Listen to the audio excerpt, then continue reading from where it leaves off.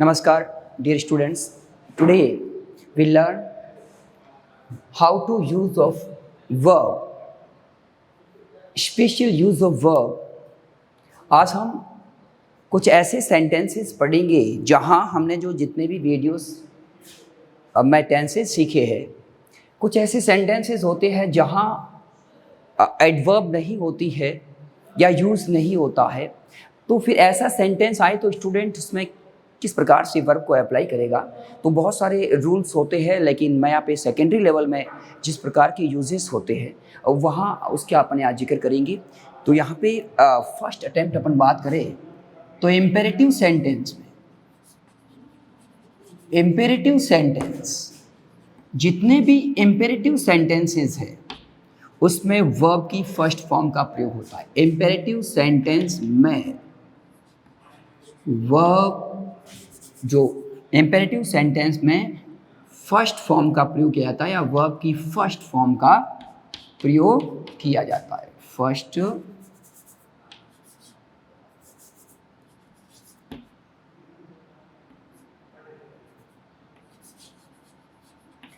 First imperative sentence में verb की first form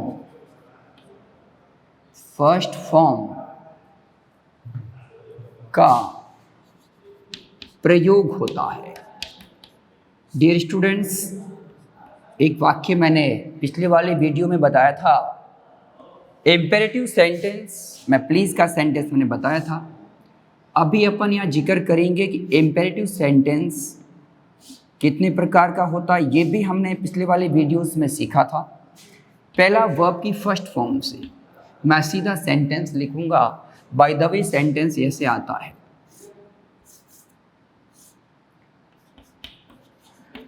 put out your shoes. इस type का सेंटेंस आपके समक्ष रखा जाए, यूज हो जाए। पुट आउट, यहां पे वर्ब भरी जाए तो ये होगा put out your shoes. Imperative sentence आज्ञा दी जा रही है इसमें। दूसरा सेंटेंस की बात की जाए तो हमने सीखा था डोंट वाला। सेंटेंस दिया, डोंट कहो या डू नॉट कहो, और मैं यहां लिखूंगा use mobile phone when you are driving। बहुत बेहतरीन सेंटेंस में दो चीज़ें मैं आपके सामने रखूंगा कि यहाँ पे दो चीज़ सीखेंगे। डियर स्टूडेंट्स, विशेष ध्यान दोगे।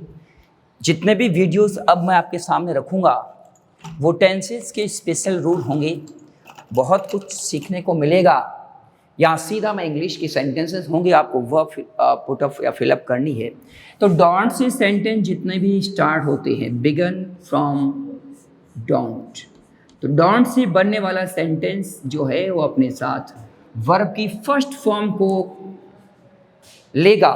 Don't use mobile phone when you are driving. तो यहाँ एक और रूल सीखोगे, मैं अगले रूल में बताऊंगा कि यदि कोई सेंटेंस इम्पेरेटिव सेंटेंस से प्रारंभ हुआ है, दूसरे वाले वाक्यों में यदि आप वर्ब को अप्लाई करना चाहोगे तो वो अधिकतर मोस्ट ऑफ जो 99% प्रेजेंट कंटिन्यूस फॉर्म में आती है। तो व्हेन यू आर ड्राइविंग, जब आप कोई भी व्हीकल ड्राइव करते हो तो फ़ोन का यूज़ नहीं करना चाहिए, ये आपको मना कर दिया गया, फॉरबिड गया। अगला जो है वो है टाइप 3, जिसका हमने उल्लेख पिछले वाले वीडियो में किया था, प्लीज से। प्लीज से जितने भी सेंटेंसेस बनते हैं उसमें हमेशा वर्ब की फर्स्ट फॉर्म यूज होती है, please. Please close the window, the window. Please close, please sentence में आया स्टार्टिंग में, और यहाँ पे क्लोज वर्ब को आपको अप्लाई करना है। वर्ब की फर्स्ट फॉर्म या यूज होगी क्लोज। इम्पेरेटिव सेंटेंस में वर्ब की फर्स्ट फॉर्म का यूज हम सीख रहे हैं कि क्रिया की फर्स्ट फॉर्म का प्रयोग कहाँ कहाँ होता है उसमें पहला रूल हमने सीखा कि इम्पेरेटिव सेंटेंस में वर्ब की फर्स्ट फॉर्म फिलअप होती है। अब एक और यहाँ पे एग्जांपल मैं देता हूँ इसकी सेम प्लीज का, और यदि मैं लिखा प्लीज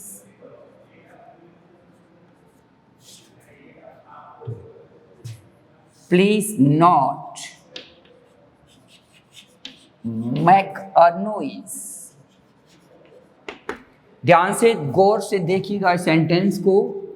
प्लीज से स्टार्ट हुआ हमारा सेंटेंस, इंपेरेटिव सेंटेंस नंबर 3 को हम यहाँ पे सीख रहे हैं। पहला sentence please close the window, ये सेंटेंस सिंपल सेंटेंस है। और दूसरा मैंने प्लीज का सेंटेंस दिया आपके समक्ष रखा। प्लीज से तो स्टार्ट हुआ, ये भी प्लीज से स्टार्ट हुआ, बट यहाँ पे ब्रैकेट में मैंने यहाँ पे नॉट विथ वर्ब दिया है। इट मीन्स प्लीज का सेंटेंस होगा बट वो नेगेटिव सेंस देगा। अब इस प्रकार का सेंटेंस आपसे पूछा जाए तो मोस्ट ऑफ स्टूडेंट यहाँ पे क्या गलती करती है, नॉट मैक अप्लाई कर देते हैं सीधा, जबकि ऐसा नहीं होता है।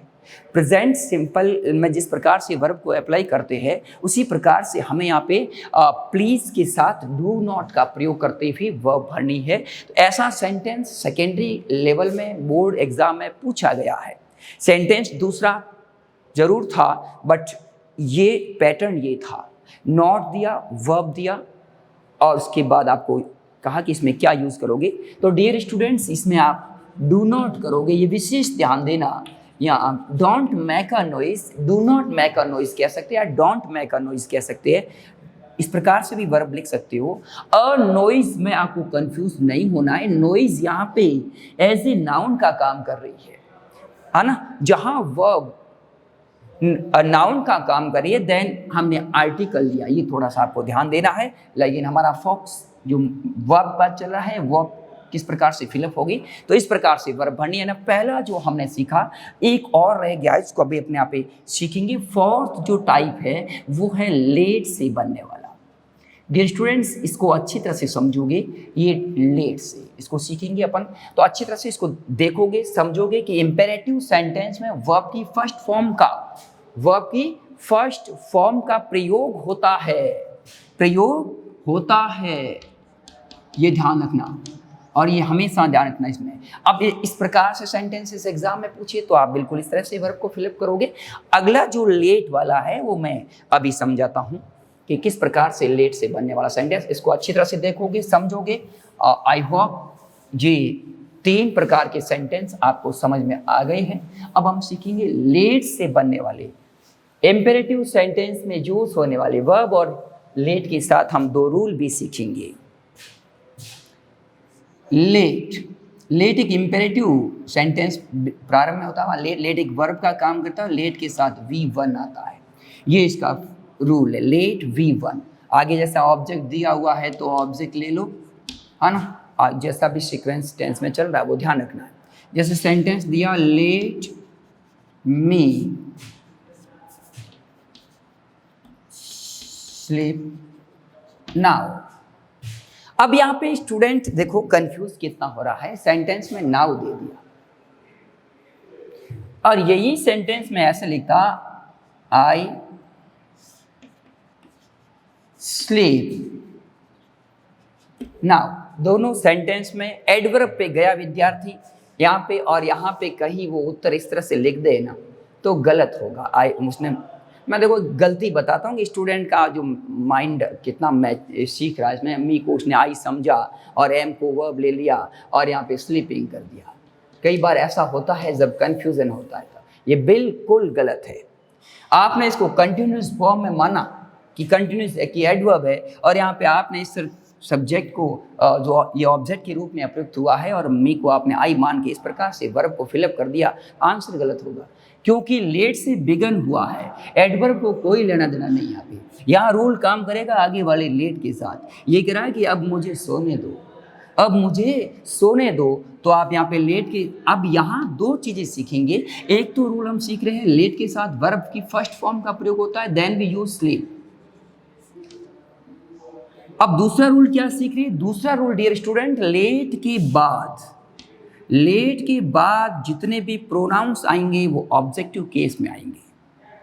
लेट मी आएगा, लेट अस आएगा, लेट यू आएगा, लेट हिम आएगा, लेट हर आएगा, लेट देम आएगा और लेट इट आएगा, न कि आई कभी नहीं आएगा, है ना, वी कभी नहीं आएगा। यू ऑब्जेक्टिव केस का है, सब्जेक्टिव केस का कभी नहीं आएगा, ये ध्यान रखना। ही कभी नहीं आएगा, है ना, सी कभी नहीं आएगा, दे कभी नहीं आएगा। और इट सब्जेक्टिव केस की बात की जाए तो ना के ऑब्जेक्टिव केस में आएगा। तो ये चीज़ें तो आप कभी भी प्रयुक्त नहीं करोगे। लेट के साथ हमेशा ऑब्जेक्टिव केस का प्रयोग होता है। एक रूल पढ़ा आपने। दूसरा रूल पढ़ना आपको, लेट के साथ वर्ब की फर्स्ट फॉर्म का प्रयोग होगा। दो रूल। तीसरा रूल ये क्या है, लेट क्या कहता है, लेट के साथ कतई आप टू का प्रयोग नहीं करोगे।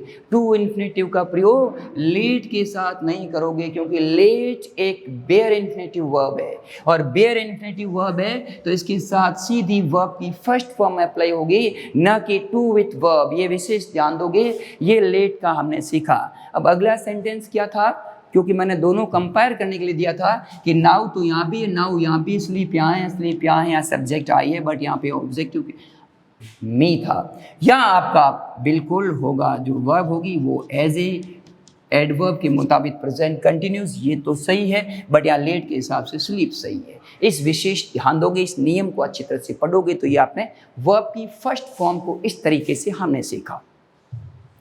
आगे बढ़ते हैं, रूल को अगला हम आगे सीखते हैं। एक और रूल को लेते हैं, उसको अपन बारी बारी से सीखते हैं। प्यारे विद्यार्थियों, अब जितने भी पार्ट्स बनेंगे वो बहुत ही महत्वपूर्ण होंगे टेंस के लिहाज से, क्योंकि यहाँ मैं स्पेशल रूल जितने भी बताऊंगा वो बहुत ही इम्पोर्टेंट होगा, चाहे वो स्कूलिंग एजुकेशन की बात करूं या कॉम्पिटिटिव एग्जाम की बात करूं, वो स्टैंडर्ड दोनों ही यहाँ मेंशन करूंगा। अगला सेंटेंस में लेता हूं। अगला रूल क्या है, अगला रूल कह रहा है कि यदि कोई सेंटेंस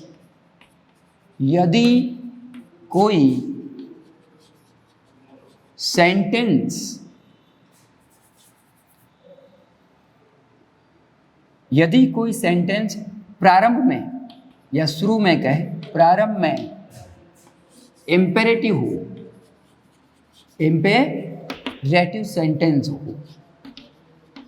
यानी प्रारंभ में सेंटेंस कैसा होगा, इम्पेरेटिव, तो दूसरे वाले क्लॉज की बात करूं या वाक्य की बात करूं, दूसरे वाले वाक्य में अधिकतर आपको is, are, am plus ING का प्रयोग करना है, ये ध्यान रखना है।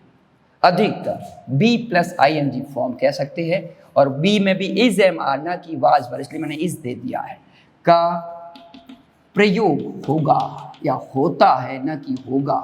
100% होता है, होता है, होगे में सस्पेंस रहता है। यदि कोई सेंटेंस प्रारंभ में इंपेरेटिव, कैसे, मैंने लिखा डोंट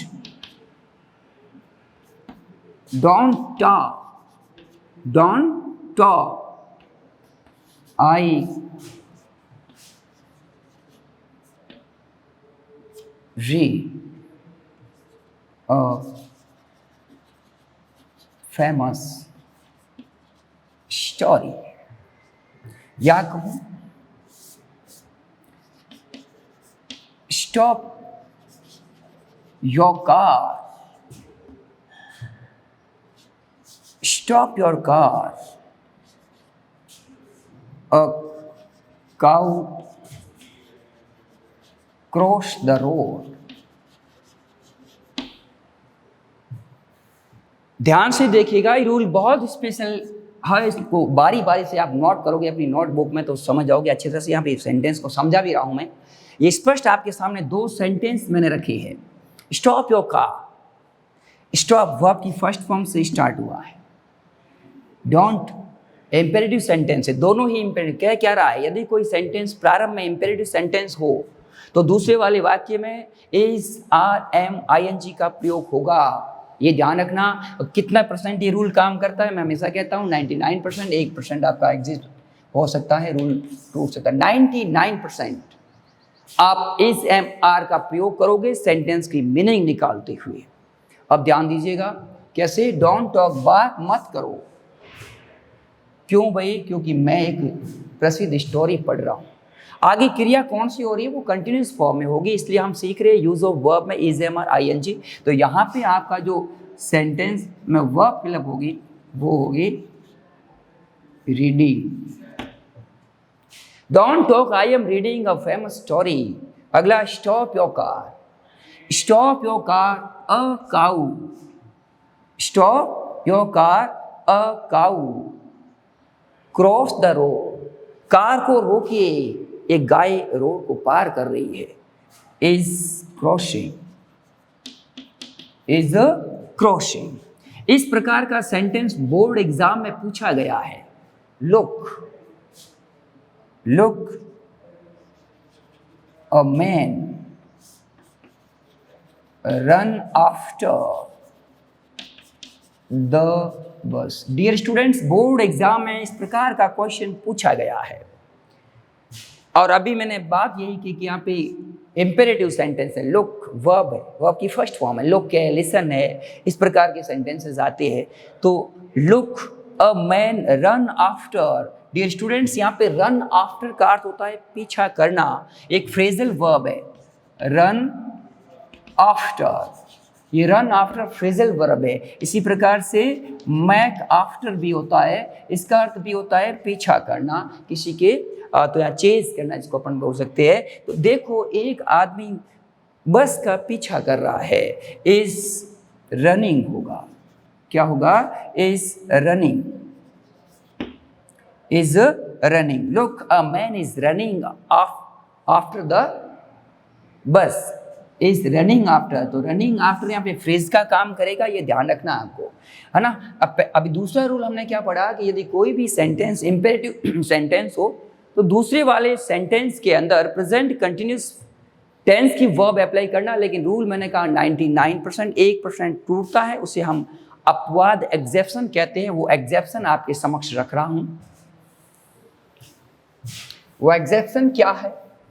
यदि ऐसा का ऐसा सेंटेंस आए तो क्या होगा? तो एक्सेप्शन क्या है डियर स्टूडेंट्स? ध्यान देखिए, ध्यान से इसको जानिए, समझिए। जैसे मन लिखा लुक, लुक, सी, फॉरगेट, हर, नोटबुक। ध्यान दीजिएगा डियर स्टूडेंट्स, ये अगला सेंटेंस आपके समक्ष जो मैंने रखा है ये एक्सेप्शन है। आपने इस रूल को समझते हुए यहाँ पे वर्ब अप्लाई कर दी तो वो वर्ब गलत होगी। क्या? कौन सी वर्ब? इज, एम और आईएनजी फॉर्म। देखो, अपनी पुस्तक, अपनी नोटबुक भूल रही है, ऐसा नहीं होता है ना। नोटबुक यहाँ पे इज प्लस आईएनजी का प्रयोग है। ऐसी वर्ब जिसके साथ आईएनजी का बात नहीं आएगी, यहाँ आपको मीनिंग निकालनी पड़ेगी। देखो, यानी ऐसी क्रिया क्या हो रही है? फॉरगेट यहाँ पे रनिंग क्रिया नहीं होती है। तो यहाँ पे ऐसा सेंटेंस यदि आपके सामने आता है तो डियर स्टूडेंट्स, उसमें आप third has, have plus third form का प्रयोग करोगे। ये विशेष ध्यान देना। यहाँ इज, एम और आईएनजी फॉर्म आया हुआ है, बट यहाँ मीनिंग सेंटेंस की क्या निकल रही है? या मीनिंग सेंटेंस की निकल रही है, उसके मुताबिक हमें तो यहाँ वर्ब आपको प्रेजेंट परफेक्ट की अप्लाई करनी पड़ेगी।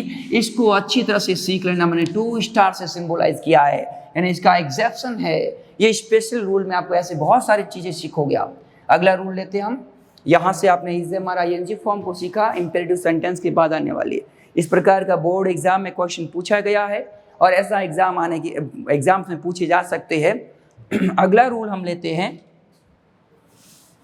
अगला जो रूल है उसे हम सीखते हैं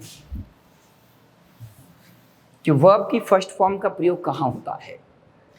ध्यान देना डियर स्टूडेंट्स, अगला जो रूल है, यानी टू के बाद, इन्फिनेटिव टू के बाद, इन्फिनेटिव टू के बाद वर्ब की फर्स्ट फॉर्म का प्रयोग किया जाता है। वर्ब की फर्स्ट फॉर्म का प्रयोग किया जाता है। ये ध्यान रखना, मैं बार बार बता रहा हूँ, वर्ब की फर्स्ट फॉर्म का रूल अभी चल रहा है। टू कैसे? मन लिखा I want to, I want to get new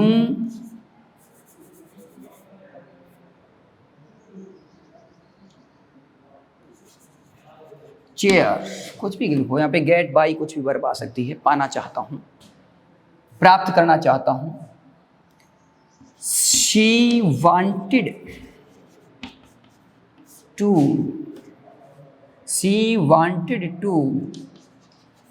stay at her home. ध्यान देना डियर स्टूडेंट, यहाँ पे दो सेंटेंस के बाद मैं क्या समझा रहा हूँ।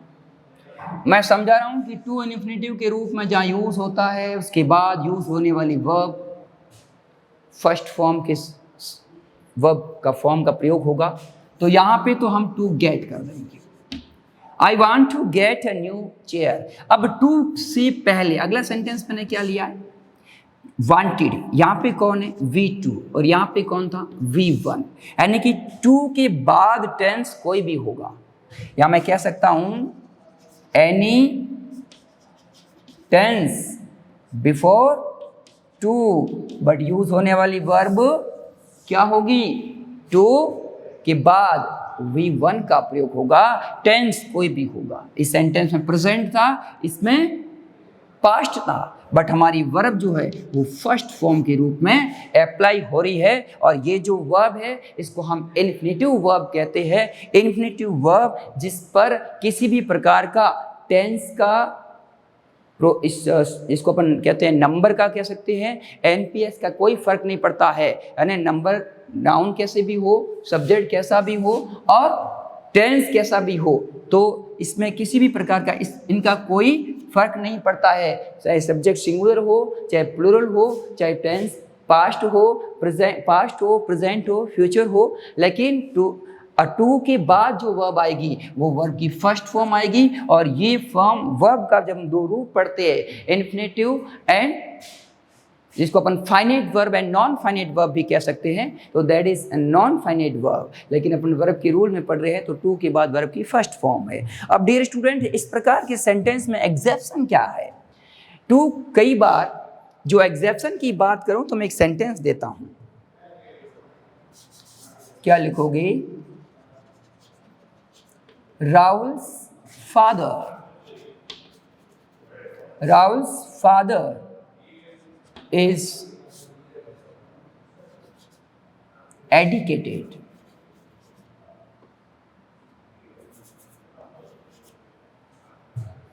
Rahul's father is educated. व्यवस्थित करता हूं मैं, अगला सेंटेंस लेता हूं, एक्सेप्शन में लेता हूं।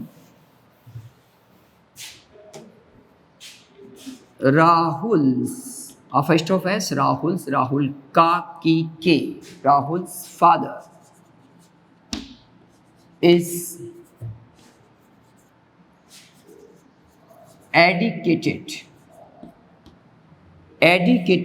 to, या मैं वर्ब लेता हूं स्मोक। डियर स्टूडेंट्स ध्यान देना, एक सेंटेंस में वही लिखता हूं, सेम लिखता हूं, राहुल फादर या राहुल्स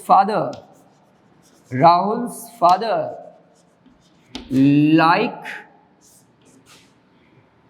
like smoke, है ना।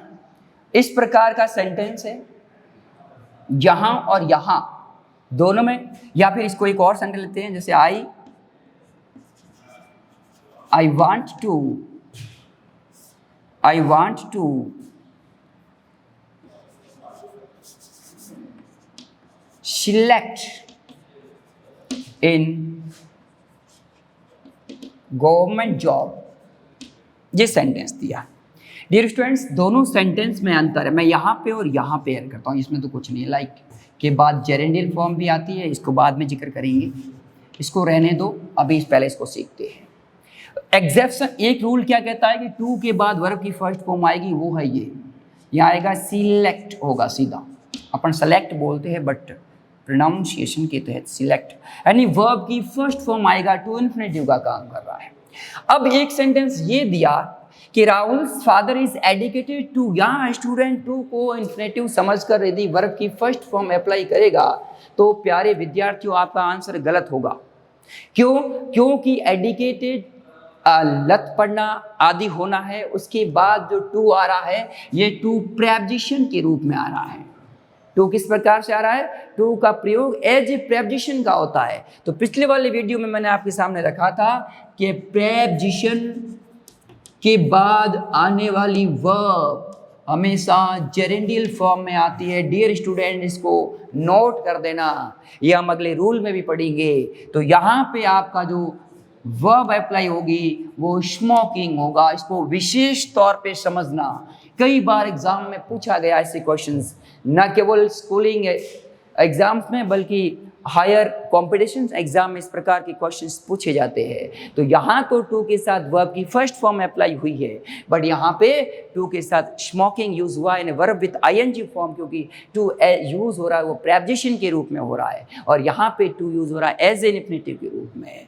अब अगला जो सेंटेंस मैंने आपके सामने रखा, तो डियर स्टूडेंट, लाइक के साथ जेरेंडियल फॉर्म भी यूज होती है। तो लाइक में स्मोकिंग यूज होगा, लाइक स्मोकिंग। और कई बार आपको आंसर ऐसे मिलते हैं लाइक स्मोक। दोनों आंसर सही है, बट ये ज़्यादा बेटर है। ठीक है, राहुल्स फादर लाइक स्मोकिंग या Rahul's father like to smoke, दोनों आंसर करेक्ट है, बट मैंने कहा ये बेटर ज़्यादा है। तो यहाँ पे अपने पहला रूल क्या पढ़ा कि टू के साथ वर्ब की फर्स्ट फॉर्म का प्रयोग होता है। उसके बाद मैंने आपके सामने अब एग्जेप्शन रखा, अपवाद रखा। तो अपवाद में इस प्रकार से टू यदि आता है तो वो एज ए प्रेपोजिशन यूज होगा, और प्रेपोजिशन के बाद जितने भी वर्ब आती है वो ये आप अच्छी तरह से नोट कर देना कि कभी भी प्रेपोजिशन के बाद जो वर्ब यूज होती है वो जेरेंडियल फॉर्म में यूज होगी। इसका आप ध्यान रखोगे। इस प्रकार के बहुत सारे रूल्स हम सीखेंगे, पढ़ेंगे बारी बारी से। आपको जितने भी आगे वाले वीडियोस है उसमें आपको बहुत बेहतरीन ऐसे सेंटेंसेस मिलेंगे कि वर्ब का अप्लाई यूजेस कैसे होता है, जहाँ टेंस का रोल होता है, बट जो एडवर्ब या फिर हमने जो सीखे थे कुछ सीक्वेंसेस उसका यूजेस या नहीं, सीधा आपको वर्ब फिलअप करनी पड़ेगी। जहाँ आपका अनुमान, जहाँ आपका पूर्व ज्ञान हो सके वहाँ गलत साबित होता है। तो डियर स्टूडेंट्स, हम आगे वाले जितने भी रूल्स है वो आगे वाले वीडियो में सीखेंगे। Thank you.